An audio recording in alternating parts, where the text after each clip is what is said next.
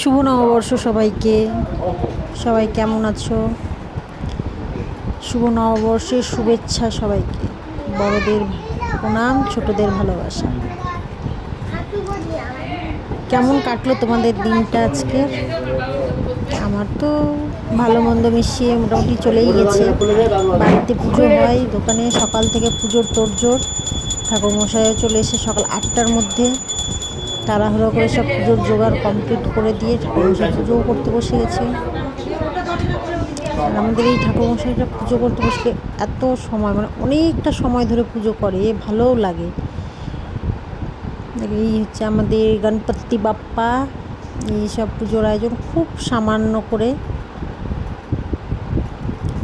প্রতি বছর পুজোতে আমাদের বাড়িতে ক্যালেন্ডার, মিষ্টির প্যাকেট, যেটা পয়লা বৈশাখে সাধারণত করা হয়, এবছর করা হয়নি। এবছর কিছু ব্যস্ততার কারণে ওই জায়গাটাতে সময় দিতে পারেনি। আর ক্যালেন্ডার তো দোকানে করতে গেলে আগে থেকে বলতে হবে, ওরা হঠাৎ করে বললে করতে পারে না। তবুও দোকানে যাওয়া হয়েছে, রিকোয়েস্ট করা হয়েছিল, তো উনি দিতেই পারবে না বলছে। তো দিতে না পারলে তার কি করা যাবে?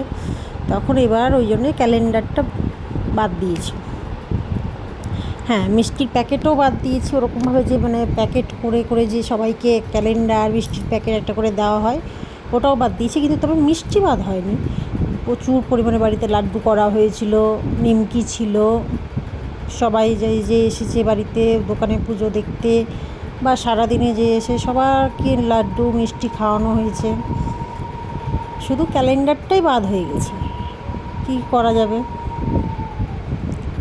এবার ক্যালেন্ডারটা করা হলো না, পরের বার আগাম করা হবে। দেখো দোকানের সামনে যে গেটটাতে এরকম করে ফুল, কদম, আম পাতা দিয়ে সাজিয়েছি। কেমন হয়েছে জানাবে। খুব একটা ভালো হয়তো করে উঠতে পারিনি।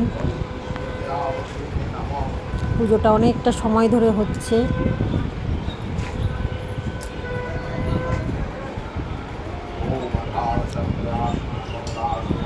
আটটাতে ঠাকুরমশাই বসেছে, বসে 10টা বেজে গেছে আমাদের পুজো কমপ্লিট হতে হতে। সব দোকানে পাড়ার বাচ্চা কাচ্চা সব এসে বসে আছে। ছেলেপুলে নিয়েই তো পুজো পাঠ। পাড়ার বাচ্চা কাচ্চা সব এসে বসে আছে।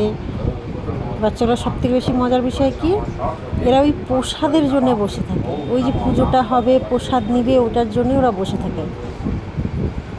বেশ ভালো, বাচ্চাই তো ভগবান।